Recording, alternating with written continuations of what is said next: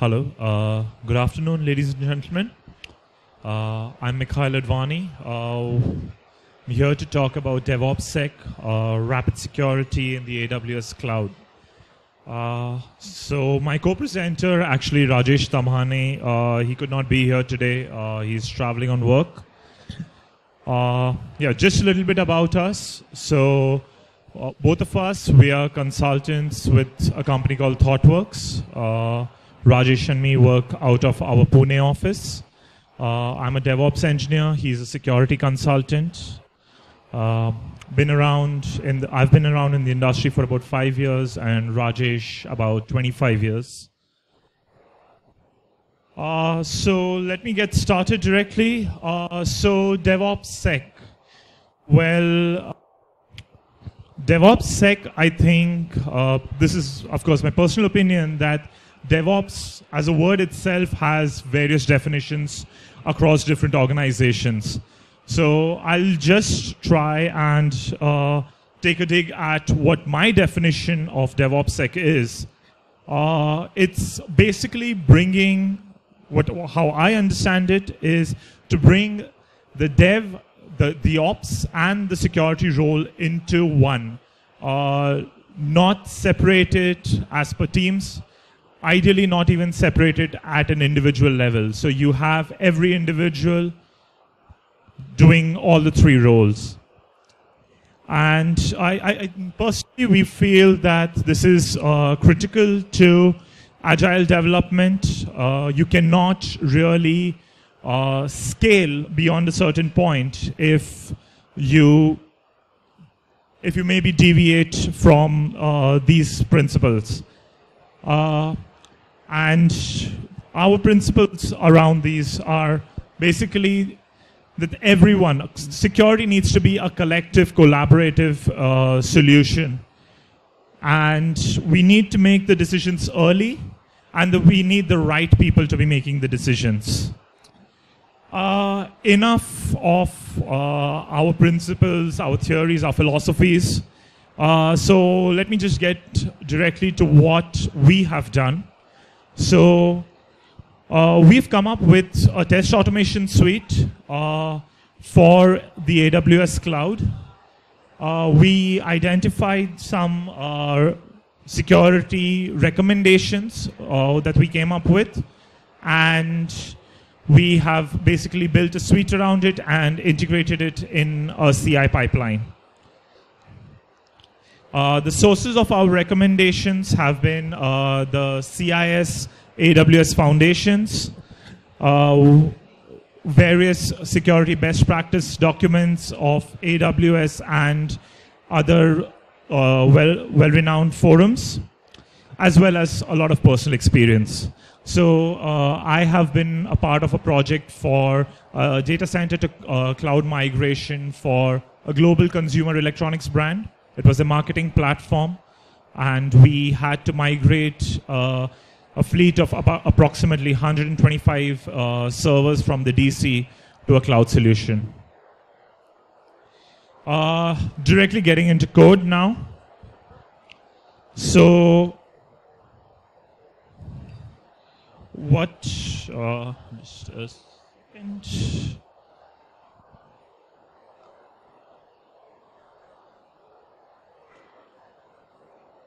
So this is an open source project that we have launched. People might question how is this different from something like a Netflix's Security Monkey. Sure, this is no ways even close to the verbosity, to the scale that Security Monkey can handle. This is just something that we came up with a minimal set of security recommendations, which we believe can easily cater to the requirements of whatever your project might be, however large or small. This is something which I have implemented on my personal AWS account as well.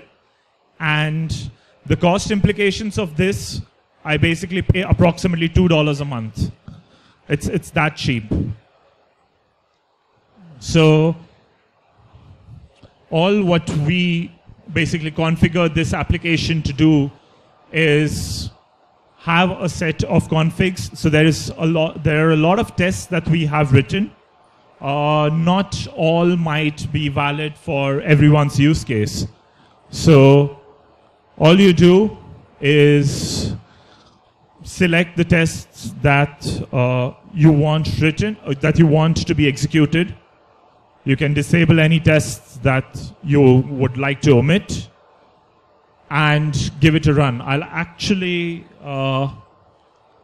trigger a run right away. So this is our CI pipeline. I'm using a tool called GoCD as a CI.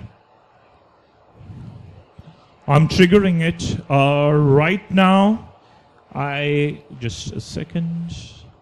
Let's see what are the results of this particular test run.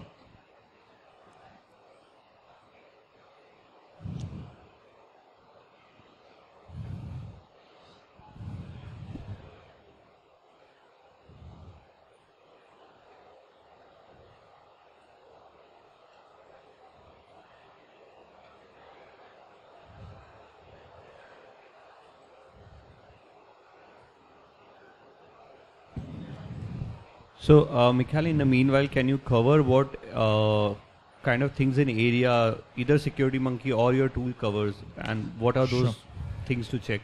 Sure. So, the aspects that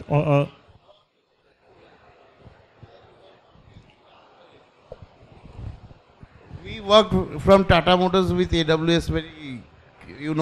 Quite a lot of apps are hosted in AWS. Sure.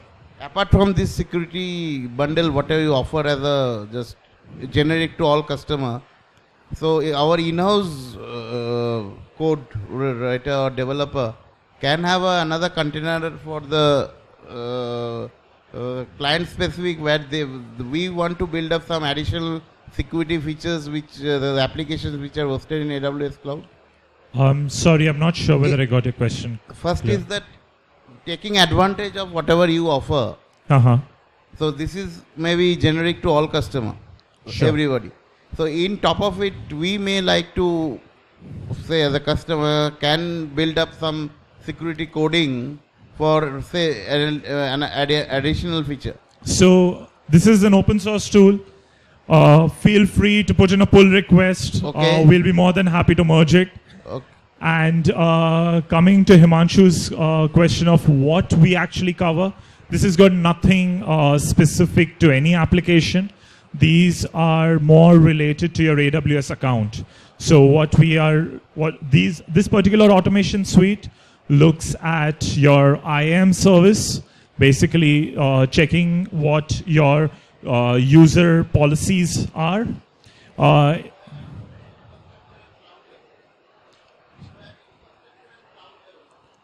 Yes. So, his question was, is it at an infrastructure and cloud level? Yes.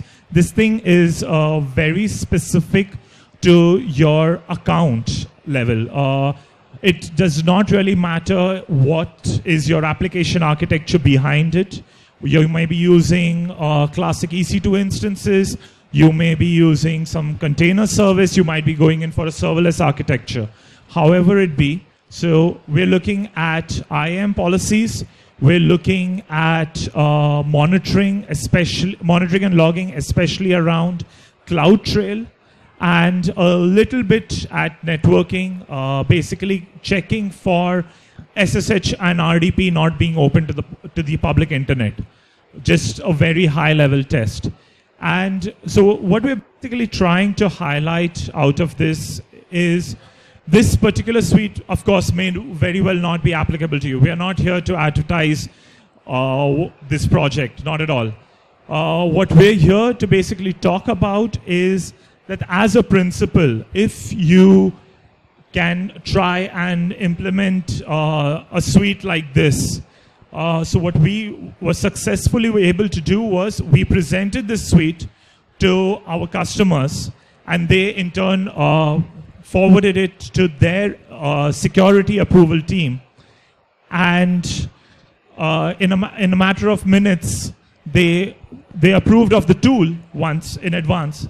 And at the time of just before the final go live of the project, it was just one report that had to be submitted, the adherence to the test automation suite, and we could go live immediately. So it was basically the concept of building CI and continuous testing within your automation pipeline.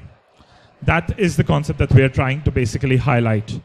So what we have here is that this particular test has failed, and sorry.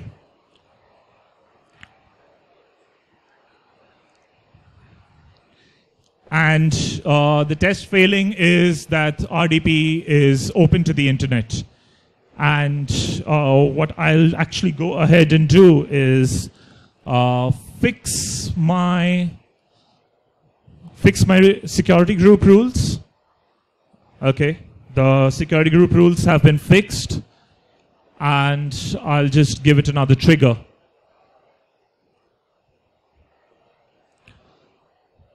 Sorry for the network latency.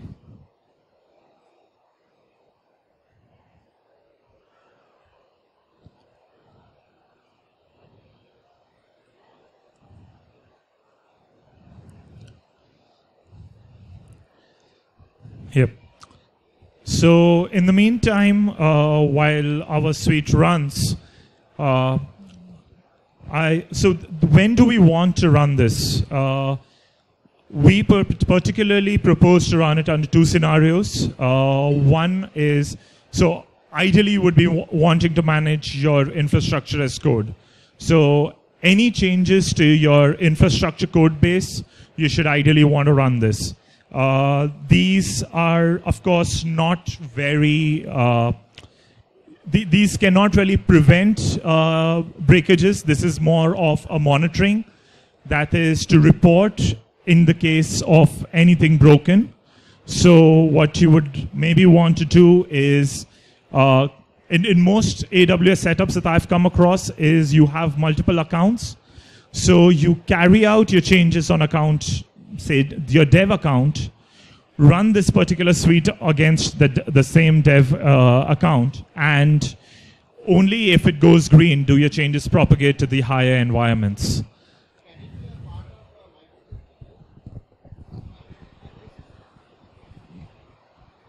Can it be a part of post-migration checklist? Not.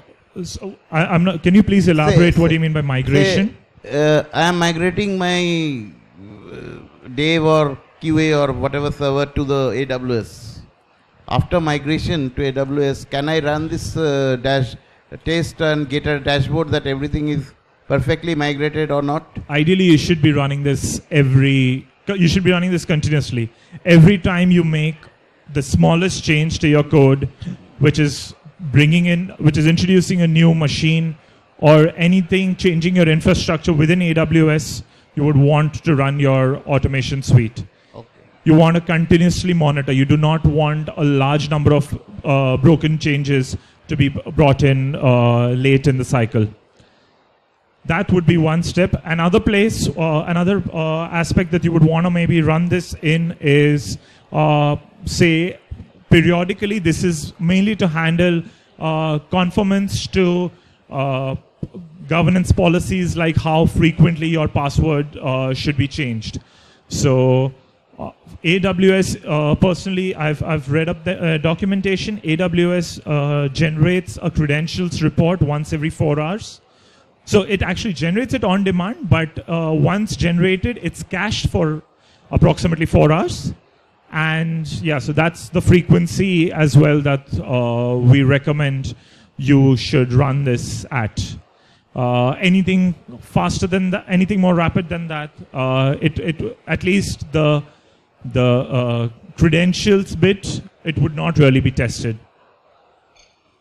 Okay, this thing surprisingly failed.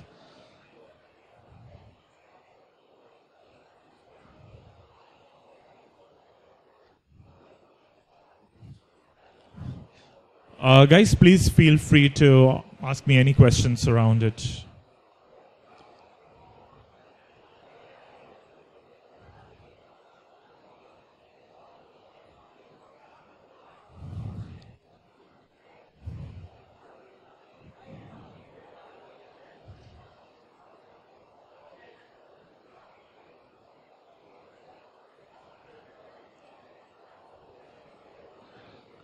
Okay, I think yep, we saw a bug as well in the suite. You're recommending this as part of a CI deployment, right? Yes. So since it's given the frequency it's going to be running at, what's the overhead? So performance overhead, I mean. Sorry? The performance overhead is what I'm referring to. So this thing is not querying your infrastructure at all. So as part of your fleet of CI agents or nodes, this is one other test suite that would be running, and it would be querying AWS, not your infrastructure. It would be querying AWS APIs. And the execution time, this thing runs in 30 seconds. Okay, that's what I was getting there. Thank you.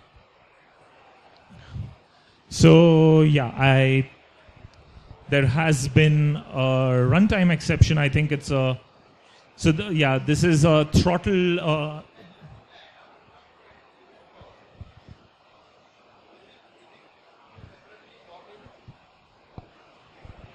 This suit, if you are the permanent customer of AWS Cloud, will you get this suit by automatic, or is it separately you have to buy in? This is a suite which we have written in Python using the Python SDK called Boto, and we've written it completely by ourselves. It's nothing which AWS explicitly offers. It's tests that we wrote, which we felt need to be continuously monitored. It's not a product. It's just standard APIs exposed using a Python SDK. So is it doing the static analysis or dynamic analysis on the AWS? This is dynamic analysis. This will actually test what you have already broken rather than prevent any kind of breakages. It is corrective action. I know there is a certain point where things might be broken in your from a security standpoint. You have, for example, I had RDP open and my test suite hadn't run. This is just a demo CI. It doesn't really wire into our complete infrastructure code base. But yeah, I mean, this thing is a reactive approach. One way to leverage this is, so certain recommendations also talk about leveraging CloudWatch and having CloudWatch alarms to take a more proactive approach. Those are also tests which we have written to ensure that at least your alarms are present. In case your alarms itself are missing, then yeah, you may not get the real feedback. So I have a question. Any advantages of your tool over SecurityMonkey? Because like we already pointed out, right? SecurityMonkey already has a very, very wide coverage. Absolutely. SecurityMonkey is extremely exhaustive. The quick win that I personally saw in building this was we did not need any dedicated infrastructure. So this thing is just running off one additional, it's just one additional job in your fleet of CI agents.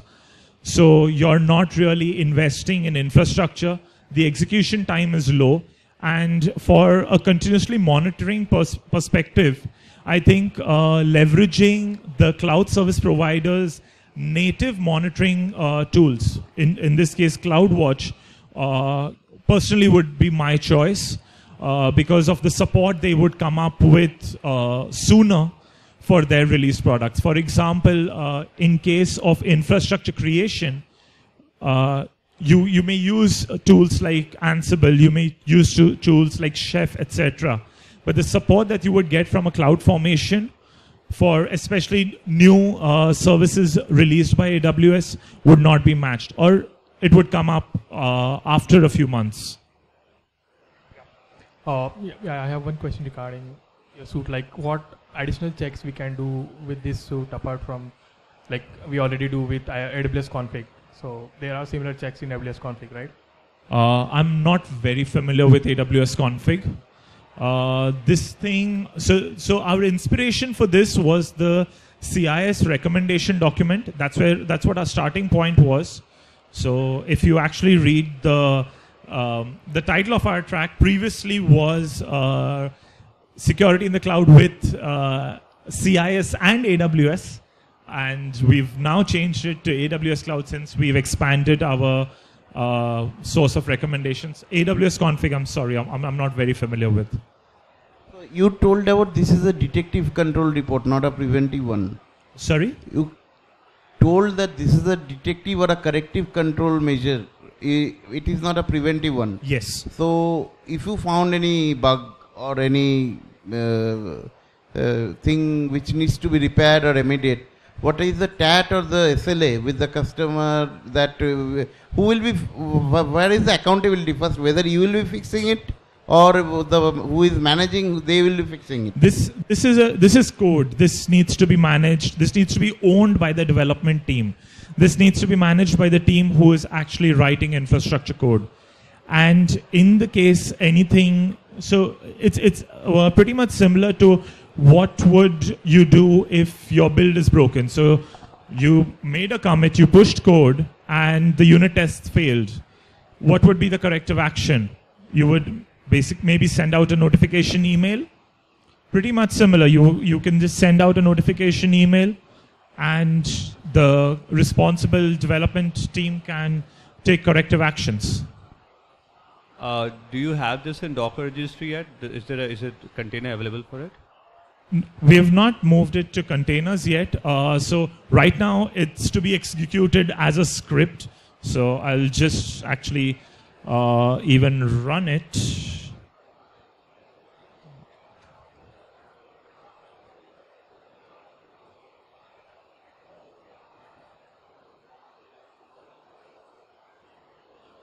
So right now it just runs as a plain Python script. We are looking to next publish it as a Python module to PyPy. So containers, sure, it's possible. It's not something that we're looking at immediately. Because at times containers, at least in my opinion, to run just one script going in for containers might be an overkill. It's something which is pretty tiny.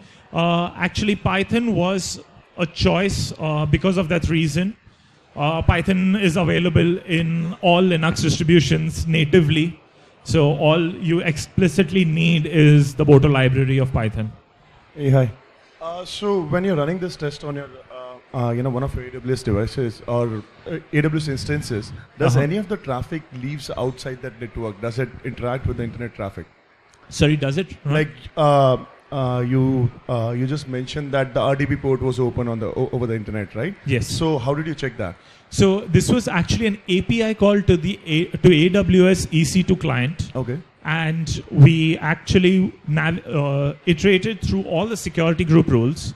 Okay. And actually checked if so the RDP is port 3389 open, a TCP port 3389, is that open, or is all TCP traffic open, or is all traffic open? So these are the three possible ways that you could have had the RDP port open. So you're doing policy-based check, right?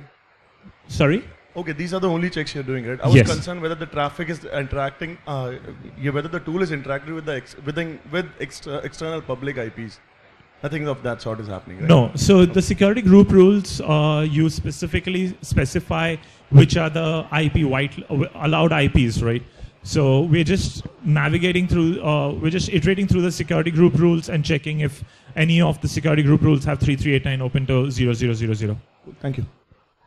So any large deployment like ours, right, has extremely complicated security group rules, right? And so could this framework be extended to, have recipes that you get my drift, right? We wanted to, how do we handle and extend this for using complicated and very customized security group rules?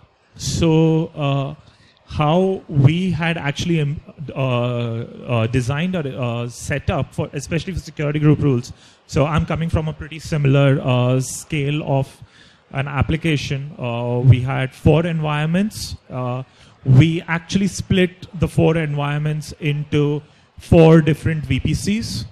and so it was a one-to-one mapping, and we would make changes only to the dev rules, and it would just replicate further. So all references were from security group to security group. All references were parameterized, and we could ensure parameterized and templatized, and we could ensure that all our security group changes can actually be tested out by making the changes on a dev environment first, maybe run these tests against the dev environment, and only if it goes green does it propagate to the higher environments.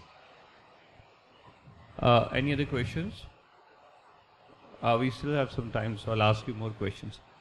So do you have any recommendations in general when somebody goes and, so anybody who's coming now freshly to cloud, right, and are used to legacy network infrastructures, what are the best practices you would recommend, and what kind of an DevOps automation you think can help people get there? So, sorry, what was the first half of your question? The question is, people who are used to legacy infrastructures, how does that network security and the DevOps part maps to when you go to AWS? So, what I have seen, the biggest mistake what people do is the lift and shift. They think that the DC, that the cloud is no different than the DC. They would like to implement the same firewall rules which they would have in the data center. This is something where I think many people make a mistake. They need to identify, they need to understand that even when they are interacting with the public cloud, they're interacting over the public internet. So you have to ensure more security policies around your complete infrastructure. And from an automation perspective, well, I think tools is, of course, it's a very personal choice. But infrastructure automation, I think, especially when you're scaling, I think it's also almost mandatory. And it allows you, since you would use some sort of version control behind it, it would allow you to actually roll back very easily in case of a misconfiguration. And yeah, it's something which we have tried. We've experienced Snowflake servers, and it was a mess because we did not have our infrastructure automation in place. Once you had the actual automation running, configuration changes were fast and more reliable. All right. So guys, I'm going to open this to the forum. Anyone who has any experiences, any challenges you guys have seen, if you just want to talk about it, we have 15 minutes. So anything you guys would want to add? We are very frequent, very big customer of them, and frequently migrating our legacy storage to AWS. And not only he speaks about the network security portion about public cloud, we also faced, depending upon the location of data center across the world, you need to additionally comply with the Data Privacy Act. Like if they explicitly tells you that if it is in Singapore, it may be Singapore Data Protection Act, or if it is in European Data Protection Act, or in US NIST, whatever the minimum, because India does not have at present the basic rule acted upon, since it is on a pipeline. So that is the additional thing we do require from them, and also encryption portion. But my question is very basic. Any migration or any infrastructure build up, we follow a basic hardening checklist. Yes. And later on as a BU, patching checklist, patching done. So during migration or during this, whether this coding or something takes the security policy or the hardening checklist, depending upon whether in Linux or whether in whatever the platform, can it be followed? Yes. So actually there are, so especially from the hardening checklist, there are actually another couple of open source projects which highlight, which actually implement it for you. So if I remember correctly, the name of the contributor is Major, where he is actually, he conforms to the CIS checklist, the CIS recommendation document, and all what you do is execution of the complete Ansible playbook ensures that your infrastructure, that your instance is compliant to the CIS recommendation document, and only after that is, say, your instance connected under the load balancer. Until then, it's just an isolated instance that has just been spawned. Anybody else? I mean, just feel free to share. So I could just talk about a bit on what our biggest challenge we have seen when we move to, so especially when you move to cloud, right? You don't want humans involved, right? You want auto scaling to be there. You want to have templates and recipes and things comes up. And the biggest challenge when you have that is you would need services to talk and authenticate. It means all of them have to magically have some kind of a secret, right? So the solving the bootstrapping part, and so if you level go with, so if any thread modeling you do, right, the very first thing you know, if you have a key, where is this key come from, and where this eventually key goes to. So if we are doing it, and there are like, we already talked about IAM roles in general, and they help to a limit, but that doesn't work with if you have your own services talking between themselves. You could, if any platform provided system you have works well, talking with the platform services, right? But if you're writing on own services, just make sure that, so then your configuration file, your chef and your salt stack files becomes your single point of a failure, because you have things like your RDS credentials, your service auth tokens, right? Even if you're doing something like MTLS, your certificates are kind of all burned into that. So if ever you're doing that kind of a migration, right, because you want these things to automatically come up and able to talk, but you would still want the capability to be able to go and rotate those keys, right? Have auditability and visibility. There are like a couple of really, not one, they're like bunch of really good open source tools out there. Look at Keyways, look at Confident, look at, so you can, cook up something of your own if you're using KMS. Vault is something that comes into mind. Vault, I think it's another HashiCorp product, and it's like really, really, really well thought through, that it actually also acts as a storage in that case. So I've seen this, especially people making this mistakes, and because if you don't have a compliance mandate, this is something which gets very fairly overlooked, that if I compromise even a single EC2 instance, and because people would just typically have a same config that they will push out for all the services, because they don't want to have that fragmentation, it would typically end up having all the keys to talk to almost everything out there. So that's just one of my key takeaways. If you're moving there, then there's the very first thing, just figure it out how you're handling encryption of your keys. We have 5 minutes more, I think, if anybody has anything on will. Is there any application dependency on remediation or patching or in maintenance in cloud, whatever? Is there any application dependency towards this? I'm not sure what I got you when you mean by application dependency. Whenever we do some relevant changes in infrastructure, whatever the hosted applications, sometimes it needs to little bit of tweak to accommodate to that particular platform and infrastructure. So is there any specific application level dependencies are there? If there are application level dependencies, I mean, so if your application depends on what kind of infrastructure it's running on, I think there needs to be a second look at the application itself, because it depends on the OS, sure, but where is it physically running? If that depends, well then the application has some design issues, in my opinion. So last 2 minutes, do you want to talk about the outage which you faced in last week, and whether is it an aberration or is it something you will work upon to avoid in future? Actually, I do not have any comments around it. Yeah, it was. I think a static code analysis would have helped, but that's all that I can think of. What could have prevented that? At this moment, yes. Until you do a root cause analysis. Sure.